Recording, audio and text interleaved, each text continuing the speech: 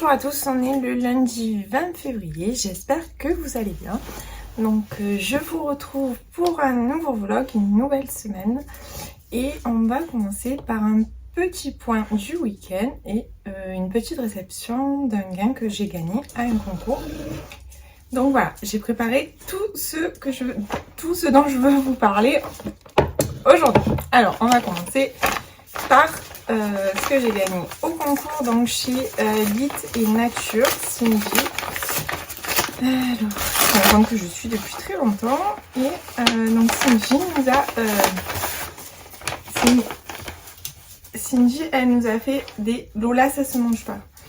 Excusez-moi. Et donc Cindy, elle nous a fait de jolies pochettes à lire. Enfin, pour les livres, pardon. Et voilà, donc j'ai eu la chance d'en gagner une. Franchement, elles sont top. Donc elle dit elle dit oui, c'est moi qui l'ai fait. Donc c'est pas... Mais franchement, je les trouve très très jolies. Et en plus, franchement, elles sont très belles. À l'intérieur, c'est doublé en matière un peu douce. Donc c'est parfait pour un petit livre de poche. C'est parfait, parfait. Il y avait également avec un petit marque-page. Donc marque-page en coin, ça m'a donné envie de tester parce que je trouvais que c'était original. Donc voilà, vous le mettez comme ça, là, tac. Hop, petit marque-page en coin. Donc voilà, je suis très contente d'avoir gagné. Merci beaucoup Cindy. Et il y a un petit mot, mais celui-là, je le lirai plus tard. Ça reste pour moi. Alors ensuite, donc, côté lecture. Donc ce week-end, mon week-end a commencé par un abandon. Alors j'ai hésité à vous en parler et puis finalement je me suis dit que il n'y a pas de raison, on est en train... Enfin voilà, moi je suis assez transparente. Quand j'aime, j'aime. Quand j'aime pas, j'aime pas. Et quand j'abandonne, j'abandonne. Alors là, il se trouve que ce week-end, j'avais beaucoup de choses à faire à la maison. Du rangement, j'ai réorganisé donc mon coin lecture, comme je vous ai dit dans mon dernier vlog, tout ça. Donc ce temps-là, j'avais envie de le consacrer à une lecture que, voilà, à me dire, je commence un livre qui me plaît, je suis bien. J'ai pas beaucoup de temps, donc voilà. Et il se trouve que... donc je m'étais commandé, nous étions les reines de Laurie Elizabeth Flynn aux éditions Hugo Thriller. Et voilà, donc j'avais commandé ce livre il y a un mois je crois à peu près, parce que j'avais vu le book trailer sur Instagram et franchement ça me tentait vraiment beaucoup. J'avais lu aussi la 4e de couverture qui me tentait vraiment beaucoup. Et donc je l'ai commencé samedi après-midi entre deux sessions de rangement. Et pour tout vous dire, je crois que je me suis arrêtée, je suis même pas allée à 100 pages. Je me suis arrêtée, il me semble, ouais, j'ai dû m'arrêter là. Donc j'ai lu très exactement, si j'arrive à tourner la page, ça sera parfait. Donc j'ai lu 7 chapitres. Alors, il se trouve que ce roman donc alterne entre des chapitres consacrés à maintenant et des chapitres il y a 14 ans, donc il relate la fameuse histoire qui doit être, je suppose, dévoilée en fin de livre. Bon voilà, pour être honnête, moi je n'ai pas accroché, je ne sais pas si vous l'avez vu passer ce livre-là, si certains d'entre vous l'ont lu, moi j'ai pas accroché à la plume, il y avait une multitude de personnages, je me suis perdue dedans.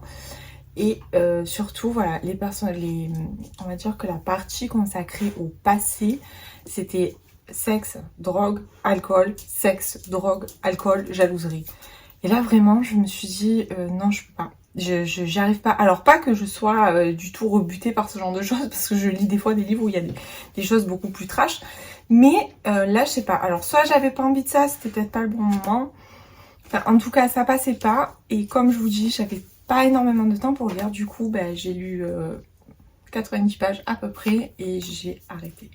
Donc dans tous les cas, je le garde. Hein, je verrai. Peut-être un jour, je me replongerai dedans dans d'autres circonstances et ça se passera beaucoup mieux.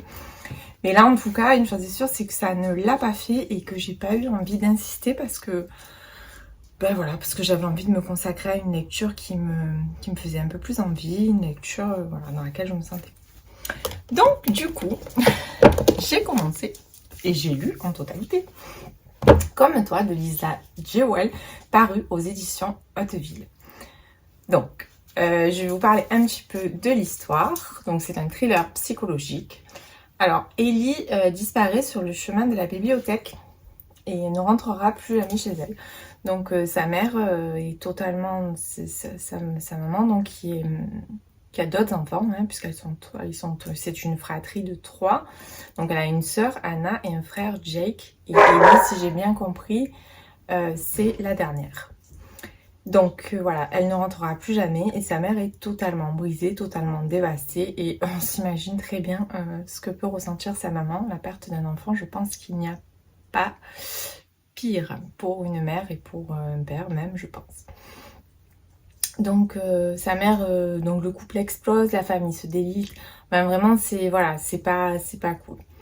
Donc il faut savoir qu'on suit, et alors il faut savoir que la construction du roman est assez, moi j'ai beaucoup aimé, parce que bon déjà elle est divisée en plusieurs parties, alors je ne me souviens plus exactement combien il y a de parties, mais sauf erreur de ma part, il me semble qu'il y a 5 parties. Après je dis peut-être des bêtises, mais je crois que dans mes souvenirs, oui c'est ça, il y a 5 parties. Et dans ces parties, on alterne entre des chapitres maintenant et des chapitres dans le passé, et on alterne avec plusieurs voix. Alors je ne vais pas vous parler de toutes les voix qu'on entend, enfin de toutes les voix qui interviennent, parce que ça vous gâcherait un petit peu la lecture. Il se trouve que donc, après la disparition, donc il y a une enquête, il y a des recherches qui sont faites, on ne retrouve jamais de traces d'Ellie, ni un corps, ni ses affaires, ni rien du tout. 10 ans plus tard, on retrouve enfin son sac à dos enterré des restes humains. Donc là, je ne vous spoil pas grand chose parce que c'est des choses qu'on apprend vraiment dans les premiers chapitres. À partir de là, ben, quelque part, la maman peut faire son deuil, même si c'est pas évident du tout, mais on va dire que ben, ça aide. Je pense que c'est plus terrible quand quelqu'un disparaît et qu'on ne sait absolument pas ce qu'il est advenu de cette personne, plutôt que quand on a une trace. Parce que bon, quand on a une trace, on peut faire un deuil. Alors je dis pas qu'on va oublier, je dis pas que ça va être plus facile, mais on a la possibilité de faire son deuil. Alors que quand quelqu'un est quelque part comme ça dans la nature, ben on ne peut pas faire son deuil. Donc voilà. Et donc Laurel, la maman d'Ellie, va rencontrer Floyd, qui est un papa célibataire et qui a une petite fille qui s'appelle Poppy. Et cette petite fille ressemble comme 2 gouttes d'eau à Ellie. Voilà. Donc, comment vous dire que pour Laurel, c'est très déstabilisant parce que donc elle vient d'enterrer les restes du corps de sa fille et elle rencontre cette petite fille qui est vraiment la copie de sa fille, avec 15 ans d'écart. Donc c'est une petite fille très vive, très intelligente, qui est jolie, qui ressemble à Ellie. Enfin voilà, c'est tout vraiment, voilà. Donc c'est assez, ça va en fait déclencher chez Laurel beaucoup de choses, et notamment, du coup elle va quand même un petit peu fouiller pour savoir, pour comprendre, parce que et petit à petit, et alors on croit savoir où c'est que l'auteur va nous mener, et ce qui était génial et ce qui était vraiment exceptionnel dans cette lecture, c'est que au final, oui, alors on a des éléments, on a des petits indices qui sont dissimés comme ça au fil de la lecture, mais le final vraiment, voilà, moi je m'attendais pas à quelque chose, c'est sombre, hein, c'est très glauque, mais voilà, et puis c'est ultra bouleversant en même temps, parce que quelque part c'est aussi une histoire famille, c'est avant tout une histoire de famille, c'est avant tout l'amour d'une mère pour sa fille, c'est avant tout des liens familiaux, vraiment. Voilà, c'est vraiment, je vous le conseille. Alors moi j'avais déjà lu donc un livre de Lisa J. Welch, je vous l'avais dit quand j'ai réceptionné cela. Je crois que c'était je crois pas d'ailleurs, je suis sûre que c'était Tous ses secrets, et j'avais pas eu cet effet, voilà, ça m'avait pas donné envie de découvrir d'autres livres. Et alors par contre celui-là, je vais vous dire que là ça me donne vraiment très envie de découvrir d'autres livres de Lisa J. Welch, parce que j'ai adoré cette lecture, c'était absolument génial, je vous le conseille. Si vous cherchez un thriller psychologique, allez-y, foncez, vous ne serez pas déçus. Donc ensuite, du coup, celui-là je l'ai dévoré, donc j'ai attaqué hier soir Les rêves de nos mères de Karine Pitoki, aux éditions Pocket. Alors donc du coup j'ai eu le temps d'attaquer hier soir Les rêves de nos mères de Karine Pitoki, donc aux éditions Pocket. Il faut savoir que ce livre-là était paru dans un premier temps aux éditions Charleston, et il avait gagné le prix du livre romantique, je crois, en 2020. Alors, donc ça se passe en Angleterre, juste avant la Première Guerre mondiale. On va faire, donc j'ai pas terminé, hein, je suis à la moitié, mais je vais vous parler un petit peu quand même de ce que j'ai lu, parce que moi je sais déjà que ça va être pas loin du coup de cœur à mon avis, parce que vraiment, j'ai dévoré ça hier soir pendant que mon chéri regardait le match. Je me suis lancée dedans et voilà. Donc je l'ai quand même bien dévoré, puisque j'ai lu 175 pages entre le moment du début du match et la fin du match. Donc vraiment j'étais pleine dedans. Et je pense que je vais le terminer ce soir quand je rentre du travail. Donc on fait la connaissance de Lady Julia Ashford, qui se retrouve veuve et donc qui le vit assez mal. On va faire la connaissance de sa cousine. Il me semble qu'elle s'appelle Emily Allen, il me semble, un truc comme ça. Et on va faire parallèlement la connaissance de Edna et de Will. Alors, c'est tout à fait le genre d'ambiance que j'adore, c'est-à-dire qu'on mélange à la fois le milieu aristocratique donc de l'Angleterre, et on mélange et on parle en même temps, entre guillemets, des personnes qui servent dans la maison.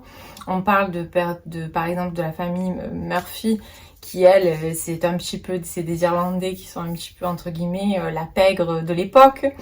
D'Edna, qui était une ancienne servante au domaine de Longfield Park, donc de Lady Julia, et qui est battue par son mari et qui va se faire aider donc par Will. Donc voilà, on mélange plein de mondes différents, on mélange plein de contextes différents, et on fait la connaissance de ces personnages. Donc c'est vrai que c'est une mise en place, puisque pour l'instant il y a déjà 3 tomes de disponibles. J'ai d'ailleurs déjà, par chance, le tome 2 dans ma palle, et franchement je pense que si ça continue comme ça, je risque d'enchaîner le tome 2 avec le tome 1, parce que celui-là il est vraiment court et j'ai pas du tout envie de quitter cet univers. C'est vraiment le genre de saga que j'adore. Voilà, c'est exactement ce qui me plaît dans la lecture. Donc je vous referai un petit débrief demain, je pense, quand je l'aurai terminé. Donc pour aujourd'hui, ça sera tout. Je pense que j'ai été assez bavarde, même un petit peu trop bavarde aujourd'hui. Et là, je n'ai plus rien de spécial à vous dire. Donc je vous souhaite une belle fin de journée et je vous dis à très vite. Et bonjour à tous, on est le mardi 21 février, pardon. Je vous reprends, j'espère que vous allez bien. Donc hier soir, j'ai réussi à terminer Les Rêves de nos mères de Karine Pitoki aux éditions Pocket, précédemment paru aux éditions Charleston. Et donc ce livre est le vainqueur du prix du livre romantique de 2020. Donc voilà, donc du coup j'ai terminé, il me restait pas grand chose, il me restait je crois même pas 100 pages hier quand je vous en ai parlé. Donc j'ai adoré cette lecture. J'ai adoré l'ambiance Angleterre dans le roman, j'ai adoré l'époque, puisque comme je le dis souvent, la première moitié du XXe siècle est vraiment ma période historique préférée. Donc là on est à la veille de la Première Guerre mondiale. Donc voilà, il se passe plein de choses, l'intrigue est assez sympa, il y a des petits rebondissements, il y a une jolie romance dedans. Donc je vais pas vous dire exactement entre qui et qui, mais voilà, il y a une très très jolie romance dedans. Donc j'ai bien aimé les personnages, franchement voilà, le seul défaut de ce livre, c'est qu'il est beaucoup trop court, parce qu'on aura envie de continuer. Bon, après il y a d'autres tomes. Donc hier je vous avais dit que peut-être j'enchaînerai, mais finalement je n'ai pas enchaîné. Je me le garde pour sûrement le mois prochain. Le mois prochain, je pense que je mettrai dans ma palle Les cendres sous les coquelicots. Après, il faudra que je me procure par contre le tome 3 que je n'ai pas. Donc tout ce que je peux vous dire, c'est que si vous hésitez encore, que vous connaissez pas cette saga, que vous ne l'avez pas lue, foncez, parce que franchement, elle est vraiment top. Donc voilà, j'ai passé un très très bon moment. Et voilà, moi j'aime bien. C'est romance historique, mais enfin voilà, c'est vraiment le style que je préfère. Alors certaines disent que ça ressemble un petit peu à d'Otoon Abbey, moi je trouve pas, enfin je trouve pas. En fait, comme je vous disais la dernière fois, je l'ai pas vu, donc je sais pas vous dire. Après là, c'est vrai que ce que j'ai bien apprécié, c'est justement le mélange des classes un petit peu, le mélange des classes sociales. On a un petit peu des personnages qui viennent d'horizons différents et ça, c'est moi je trouve ça toujours très sympa, un peu comme dans la Villa aux Étoffes. Et donc voilà. Donc du coup, ben, j'ai hâte de découvrir la suite. Donc puisque là, je pense que la suite, on va être vraiment au cœur de la Première Guerre mondiale. Donc voilà, ça me tente beaucoup. Sinon, du coup, hier soir après, j'ai commencé Les Heures Insouciantes, donc qui est le premier tome de la saga des Désobéissantes de Carole Desclers, paru aux éditions Erol. Donc j'ai commencé, mais vraiment j'ai pas lu beaucoup, j'ai lu 50 pages, donc c'est vraiment pas beaucoup pour vous en parler. Donc voilà, ça se passe, donc là on est en 1938 entre la France et l'Allemagne. Donc il y a beaucoup de tensions là sur les premières pages que j'ai lues. On sent qu'il y a déjà beaucoup de tensions et que la guerre va pas tarder à éclater. Donc on suit Nathalie et Pauline qui viennent de deux mondes un petit peu différents. Pauline est fille de diplomate, il me semble. Oui, c'est ça. Pauline est fille de diplomate et Nathalie, elle est issue d'une famille normale, on va dire, hein, pas d'une famille riche comme celle de Pauline. Donc là, au début de l'intrigue, Pauline part en Allemagne parce que son père est appelé à Berlin. Et Nathalie reste en France. Mais là, pour l'instant, on ne suit que Pauline. Donc, je pense qu'après, ça doit enchaîner un petit peu. Donc, pour l'instant, voilà, moi, j'aime bien. Ça a l'air très riche niveau historique. On sent qu'il y a beaucoup de recherches, qu'il y a beaucoup de documentation. Franchement, voilà, le peu que j'ai lu, on sent que ce roman va être très riche niveau historique. Donc, ben voilà, je vais le continuer ce soir. Alors, je pense pas que je finirai ce soir, c'est sûr que non. Parce qu'il est petit, mais en fait, c'est quand même assez dense à l'intérieur. Donc voilà, il va me falloir quand même un petit peu de temps. Donc du coup, je pense, voilà, je me donne jusqu'à jeudi pour le terminer. Puisque là, je lis que le soir, vu que je travaille la journée. Donc je me donne, j'espère l'avoir terminé jeudi soir. Et voilà. Donc bah, écoutez, ça sera tout pour aujourd'hui. Donc je vous reprendrai quand j'aurai terminé Les Heures Insouciantes. Je vous souhaite une belle après-midi et je vous dis à très vite. Et bonjour à tous, on est le mercredi 22 février. Alors, je vous reprends aujourd'hui, j'espère que vous allez bien. Alors, excusez-moi, la luminosité est pas terrible parce qu'il fait un temps, mais absolument dégueulasse dehors. Mais voilà, donc ça, malheureusement, je n'y peux rien.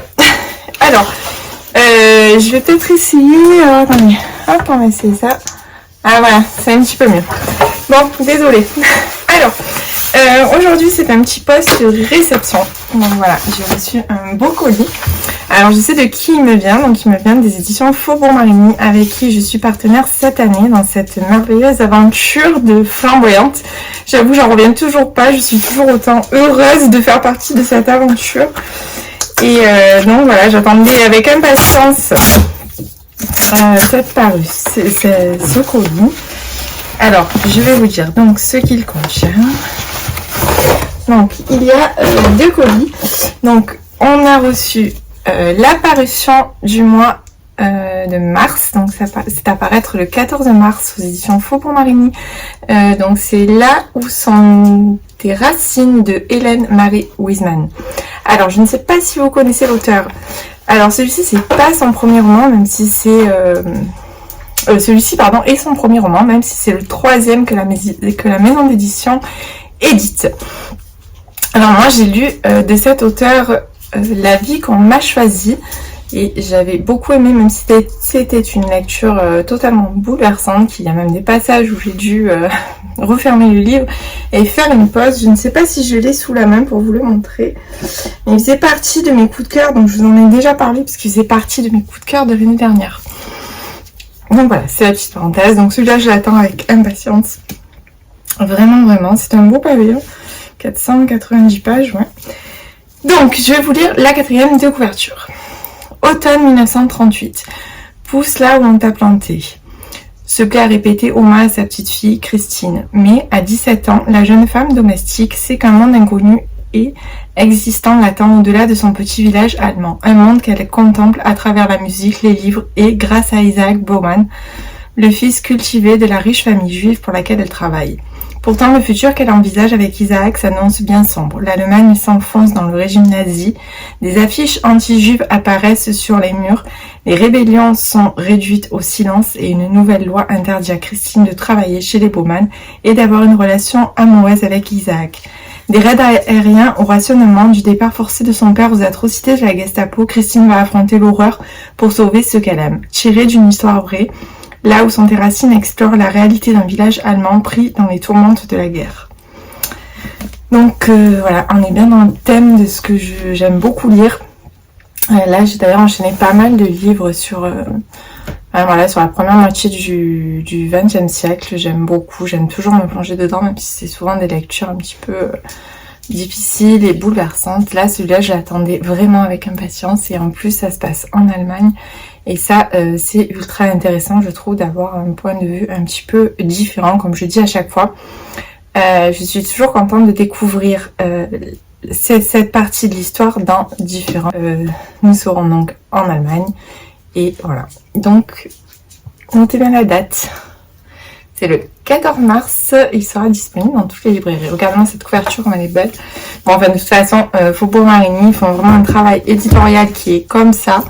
J'ai toujours trouvé, bien avant d'être partenaire avec eux d'ailleurs, les couvertures totalement magnifiques. Encore là, c'est les épreuves non définitives, donc il n'y a pas le petit revers, le petit glaçage, tout ça, mais elles sont déjà très très belles. Ensuite, j'ai également reçu l'apparition du mois d'avril, donc là je ne peux que vous montrer la couverture, je ne peux pas encore vous en parler. Donc il paraîtra le 12 avril. Alors, je vous le montre.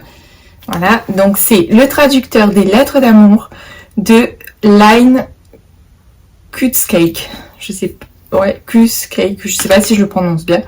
Voilà, donc je ne peux pas vous en dire plus. Ben voilà, parce que on n'en a pas encore, donc la maison d'édition n'en a pas encore parlé, donc du coup on va attendre un peu. En tout cas voilà, je remercie les éditions Faubourg Marigny et Lauriane Fruit, pardon, pour l'envoi de ces superbes romans, parce que vraiment voilà, c'est toujours un plaisir de les recevoir et j'ai hâte de pouvoir me plonger dedans. Voilà, donc c'était la petite réception, enfin la belle réception du jour, pardon. Ensuite, donc hier soir, j'ai continué Les Heures Insouciantes de Carole Leclerc aux éditions Erol, donc qui est paru là il n'y a pas très longtemps d'ailleurs. Alors je suis à la moitié, pile poil, et voilà, ben, j'adore, on est toujours dans cette période, en fait c'est vraiment ma zone de confort je pense. C'est très bizarre, mais le roman historique avec la période de première moitié 20e siècle, c'est vraiment ce que je préfère, je pense, dans la lecture. Alors, les thrillers qui courent, que j'aime bien parsemer comme ça, enfin voilà, j'aime bien lire des thrillers, j'aime bien lire de la romance, tout ça, mais vraiment, quand j'ouvre un roman comme ça, je me sens, voilà, je me sens à ma place, en fait. Je suis complètement dans ce que j'aime lire, voilà.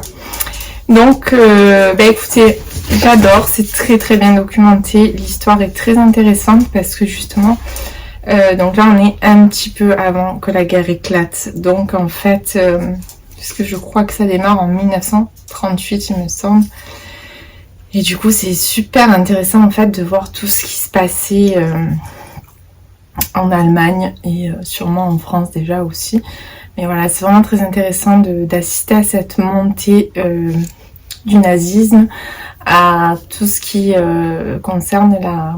Oh là là, je perds le mot. La censure, pardon. Donc voilà, et c'est super intéressant. Ce qui m'embête, bah, c'est qu'il y a 4 tomes de prévus et que il va falloir attendre après celui-là. Et je pense que ça va être... ça va bien m'embêter d'attendre parce que franchement, ça va être compliqué, je pense, une fois que je l'aurai terminé. D'attendre encore, je crois qu'il sort en novembre, il me semble, parce qu'il y a déjà la photo dedans. Ouais, en novembre 2023, Les Heures Hostiles. Donc voilà, ça sera la suite de la saga. Il y a 4 tomes de prévus, donc il va falloir être patient. Voilà. J'aurais aimé vous montrer quand même le Hélène Marie Wiesmann. Et en plus de ça, il y en a un qui doit sortir d'Hélène Marie Wiesmann au mois de mars. Du coup, c'est la parution de l'année dernière chez Faubourg Marigny et qui va donc sortir en poche là début mars. et que je vais me prendre sans aucun doute. Ah voilà, il est là, il se cachait. Alors attendez, si j'arrive à le sortir. Voilà, donc c'était celui-là.